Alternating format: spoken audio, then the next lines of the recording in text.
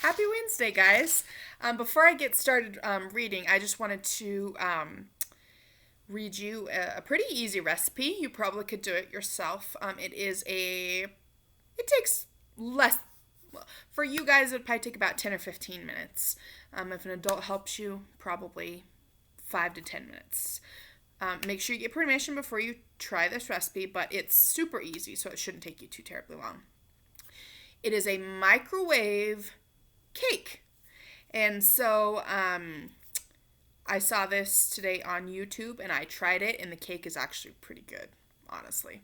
So what you're going to do is you're going to need 1.5 cups of flour, 2/3 cups of unsweetened cocoa powder, and 3 teaspoons of baking powder. Now, the recipe calls to take and sift it. Sifted is kind of like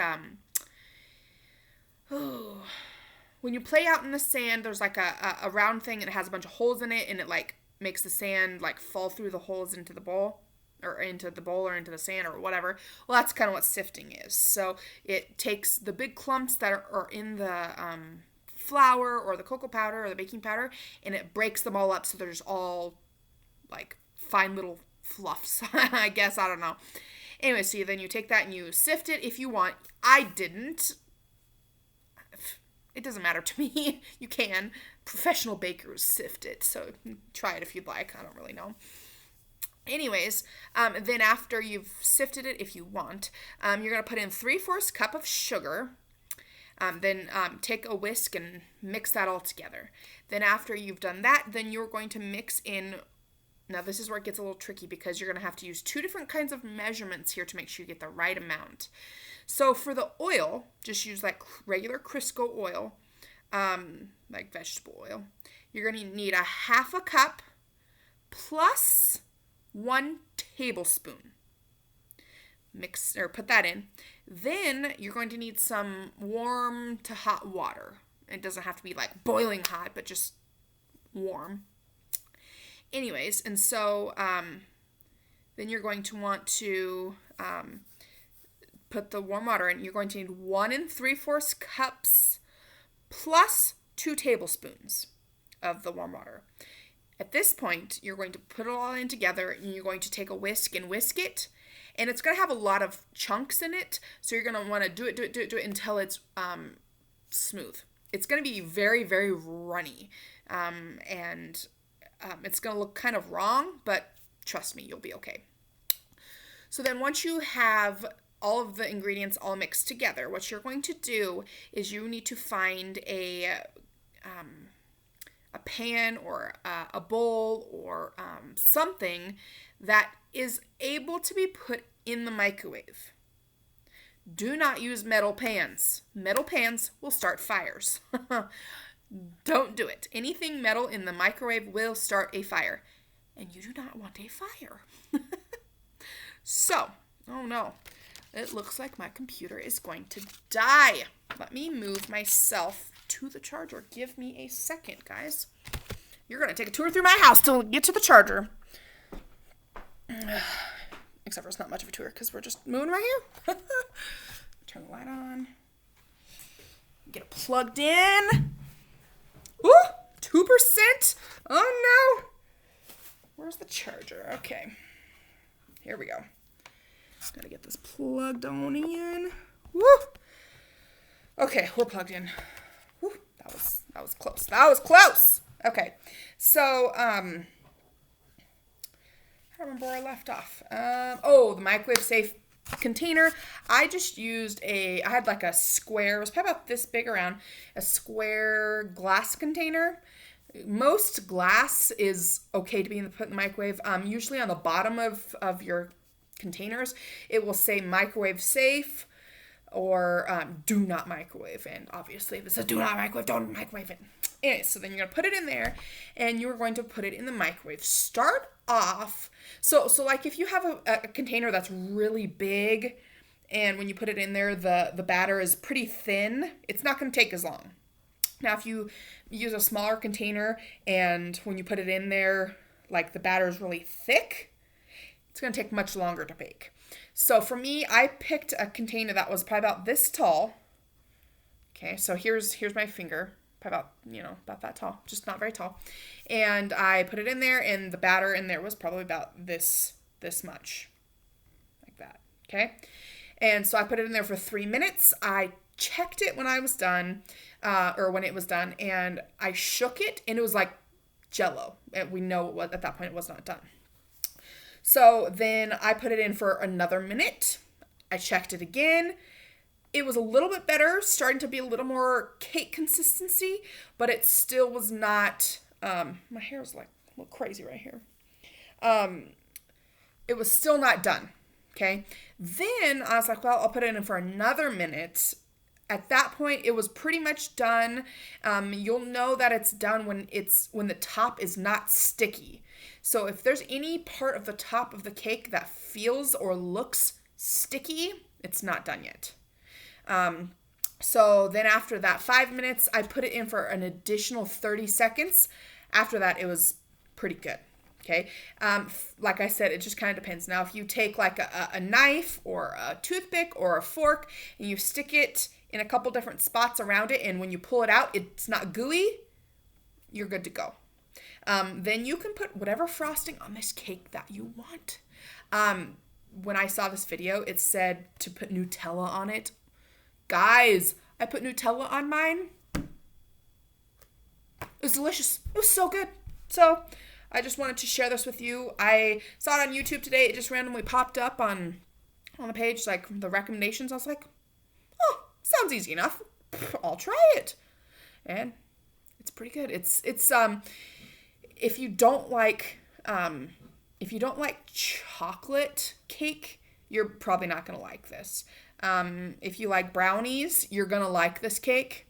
You could probably put strawberries on top, so chocolate and strawberries. You could probably eat it with ice cream. Ooh, that's making me hungry now. You could probably, I wonder if you could put it like in little cupcake containers, so it'd be like a little cupcake. Some of you might have to experiment with that. I don't know. You'd probably have to cook it way shorter than the big pan. Interesting. That might be something you'll have to try and let me know. Maybe I'll try it and let you know. I probably won't try it because I don't need to be making more cake. I don't need more cake. I already got my cake. But you guys can try it. Maybe. I don't know. But I think it'd be really good with like ice cream or fruit. I think that'd be really good. Anyways, try it out. See what you think. I think I got everything. Hopefully. I guess if it doesn't turn out, just let me know and I'll make sure I got it right. I don't know. Anyways, you've listened to me talk long enough about this cake thing, so let's finish the book. Part 5. Boy, we are almost there. Azalea. Home, Part 1. I was so happy when Evan said he didn't have cancer anymore. I cheered like everyone else. I toasted him like everyone else. And then I ate jelly beans like Arnold while everyone else ate cake. It was a really nice party. Then the next morning at breakfast, I told Evan and his parents that I had something to say. I've made up my mind. I'd like to go back to the territory. Oh, no! That's sad. No! Okay. Mr. and Mrs. Brantley looked at each other. Are you sure? Asked Mrs. Brantley. I'm sure. Evan took a bite of his tofu pancakes. No more pizza and cake for him. I just want to say that I think it was really brave that you agreed to come here. I don't think so, I told him. I wasn't brave enough to figure out a way to belong here and be comfortable. Different people belong different places, Evan said. My place is back home with my friends, I said. The next morning, there was a knock on the door. I opened it, and Dr. Grassmere was standing there. Ready to go? He asked. I nodded. I see we have company, he said, pointing. I looked behind him. Arnold and his family were standing in the driveway outside his car. We want to come with you, Arnold said. We drove back to the territory. I could tell things were different as soon as we drove through the gates. Most of the buildings had boards over the windows. Half of the pods were gone. What's going on? I asked Dr. Grassmere. The removal has begun, he said. Are Burstus and Frumpus still here? They're leaving today, actually. As we drove through the gates, Arnold reached over and held my hand. Can you stop the car? I asked, spotting my old pod. Dr. Grassmere turned around from his spot in the front passenger seat. Not right now. We have a lot to do. I would really like it if you stopped the car. He hesitated for a second, then nodded to the driver. We stopped. I jumped out of the car with Arnold right behind me. We ran into the pod. Burstus and Frumpus were both there, sitting on their benches reading. They looked up at the same time and saw me. Both of their mouths dropped open. Azalea, Burstus said. My goodness, you came back. And Arnold, you came back too, Frumpus said. I'm staying, I said. I'm not, Arnold said. We all hugged.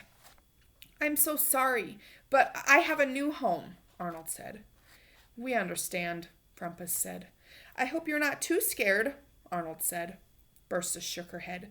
We're not scared at all. Arnold looked surprised. You're not? No, Frumpus said. This will be something new. We have been told that we are moving to a nice place where we will all continue to learn ways in which we can help society. I can vouch for that, said Dr. Grassmere, who I didn't even realize was standing there. They are going to all be very well taken care of. This is the beginning of an exciting new chapter in the history of this program. Ooh, so does that mean that there's going to be more books? Explaining more of this? Maybe more of Frumpus and Burstus? Oh boy. Arnold stared at Dr. Grassmere. Why should we suddenly start trusting you now? He asked. You haven't exactly been our best friend up till now. Dr. Grassmere sighed. I understand. You must remember, I always had the nation's best interests in mind. Sometimes that led me into decisions that I regret making. But seeing Azalea perform in the school play was truly eye-opening for me and moving. He smiled. This program has always been near and dear to my heart, and I realize now that the best course of action is to treat everyone with respect, humans and not quite humans alike. Arnold looked unsure. I really want to believe you. You can, said Dr. Grassmere. Then he looked at me and smiled. It was the first time his smile didn't scare me. I hope you do too as well, Azalea. I had already made up my mind. I felt I had no choice. I'm ready, I said. I hugged Mr. and Mrs. Brantley goodbye. Then I hugged Evan and thanked him for everything. You're an incredible person, I told him. You are an incredible zombie, he told me. He had tears in his eyes. Zombies don't cry, but humans do. I turned to Arnold. Please stay in touch with us, I said. I will, he told me, and I'll try to make you all proud. You already have, I told him. All giving each other hugs.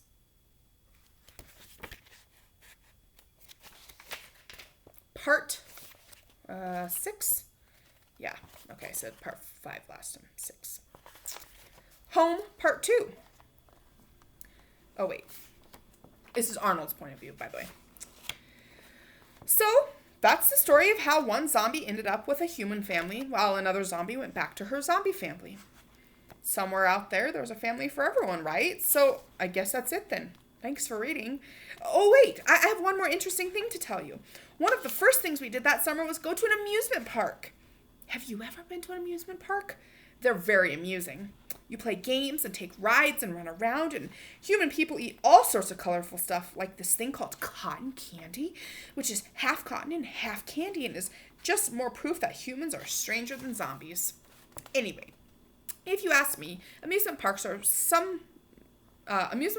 of sum up American society in general. Noisy, fun, tiring, and full of freedom to do whatever you want, even if it's not the smartest decision in the world, like going on the rides until you throw up. I went with Evan, Kiki, and Sarah Ann. Lester and Darlene were there too, but they went off by themselves. Ross didn't come. Well, not because he didn't want to, because I didn't want him to, but because he and Kiki weren't boyfriend and girlfriend anymore. I know, right? When I asked Kiki what happened, she said, Ross is an intriguing person, but I would much rather keep my options open than be tied down, especially as we head into junior high. Smart girl. When I asked Ross what happened, he said, yeah, whatever. I was like, yeah, whatever. I think those two answers pretty much summed up why that couple was never going to work. Kiki seemed delighted with her newfound freedom. In fact, she might have been having the most fun at the park out of everyone. And she could ride a roller coaster 10 times without feeling sick, which everyone thought was pretty impressive. Evan rode it once and was paler than me. I love roller coasters. Roller coasters are so much fun. In Disney World, some of you that have already been there, you probably already know this, but in Animal Kingdom, there's one called Mount Everest. And so basically, move this book here. So basically, you go up on the roller coaster and you stop, and then like the track behind you like switches, and then you go through the roller coaster backwards, and then it stops again, and then the track switches, and then now you go frontwards again. Oh, it's the best. I love it so much. Anyways, y'all just need to go to Disney, go visit my sister, tell her hi. Tell her that you know me. Best teacher ever. Okay. Okay. At the end of a long, hot, and wonderful day, my parents came to pick us all up. How was it? They asked. Amazing, we all mumbled. We were too tired to say anything else. But here's why I wanted to tell you this story. As we got into the car and drove home from the amusement park, I leaned against the window. My parents were chatting, there was music playing pretty quietly, and I closed my eyes and thought about the day. And then I thought about the day that the Kinders found me, and everything that happened to me since then. And I realized that I could remember everything. My memories were all there. The memories are important. They're how we keep track of our lives after all. And that got me to thinking how lucky I was that I even got to be alive. I think everyone's lucky to be alive, don't you? Even if it's only a certain kind of alive like me. So yeah, I thought about all that stuff, and it was a lot to think about, which might explain what happened next, which was incredible. It was actually kind of magical even. It was one of the things that I had always been told was impossible, like eating cake or having a heartbeat or complete memories, and the fact that it happened made me think that maybe, just maybe, one day I could be a real person after all. Can you guess what it was? Okay, I'll tell you. I fell asleep.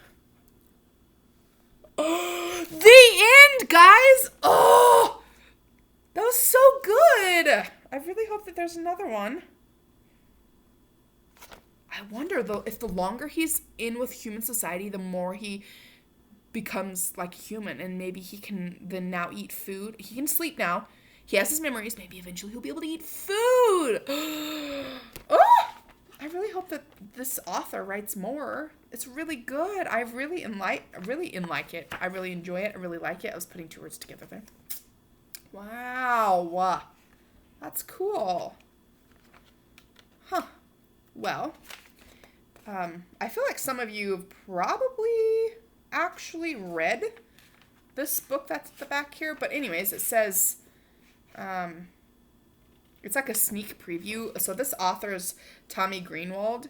And in the back of the book here, he has like a sneak peek of another series of books that he writes called Crime Biters. And I feel like most of you have probably read some of these. Here's what the titles are. The fronts of the books look like. I don't know. I'm going to read you this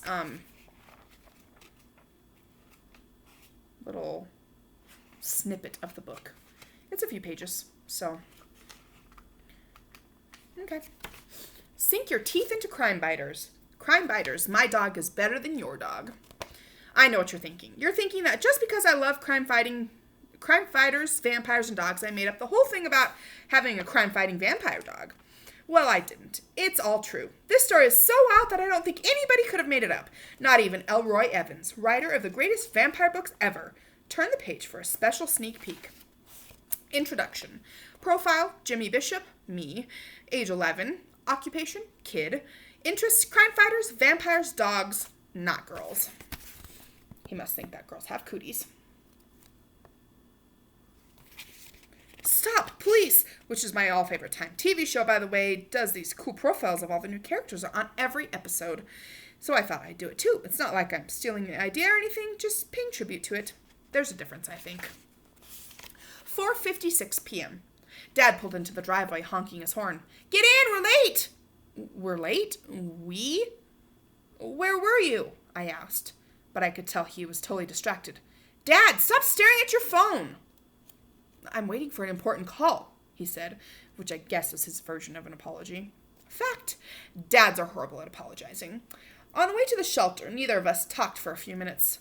So, can I get any dog I want? I asked. Sure, said my dad, as long as it's between 14 and 19 months old and weighs between 25 and 35 pounds. That's not exactly any dog, Dad, I grumbled as the GPS lady told us to take a left. Mom talked to somebody at work who's a big-time animal lover, Dad said. She says we should get a dog who's past the crazy puppy phase, but still young enough to be fun and playful. And size-wise, I don't want one of those tiny fluffy dogs that movie stars put in their pocketbooks, but I also don't want one of those monster dogs that take up the entire couch. Those ground rules sounded a little strict to me, but what if I wanted to get a dog that was 37 pounds? But Dad! No buts. He turned the radio on and started drumming on the steering wheel. Conversation officially over. 5:06 p.m. When I walked into the Northport Animal Rescue Foundation, otherwise known as Northport ARF, dogs and cats of all shapes and sizes tried to get my attention. It was like a kickball game, and I was the captain, and they all yelling, "Pick me! Pick me!" But it wasn't a kickball game. It was real life, and they all wanted me to take them home so they could feel safe and warm and loved. Look! They're so cute, and I want all of them! Pretty sure this sounds like Cooper. You'd probably all agree with me. Even my dad seemed to be affected by all the cuteness. He actually smiled a few times, but he shook his head. Nice try, Jimmy. You know the deal. One dog. He pointed at the beagle that was jumping in circles. And nothing too crazy. We don't want our house ripped to shreds. Fact, if you consider yourself not that popular of a person to go to an animal shelter, you will feel really popular really fast. I noticed a Cocker Spaniel that was wagging its tail and barking. How about that one? My dad shook his head again. I'm not sure I can listen to that barking all night long, and the neighbors would hate us. I soon discovered that my dog had a reason to turn down pretty much every dog I pointed to or played with. Too big, too small, too hairy, too smelly, too loud, too sleepy, too young, too playful.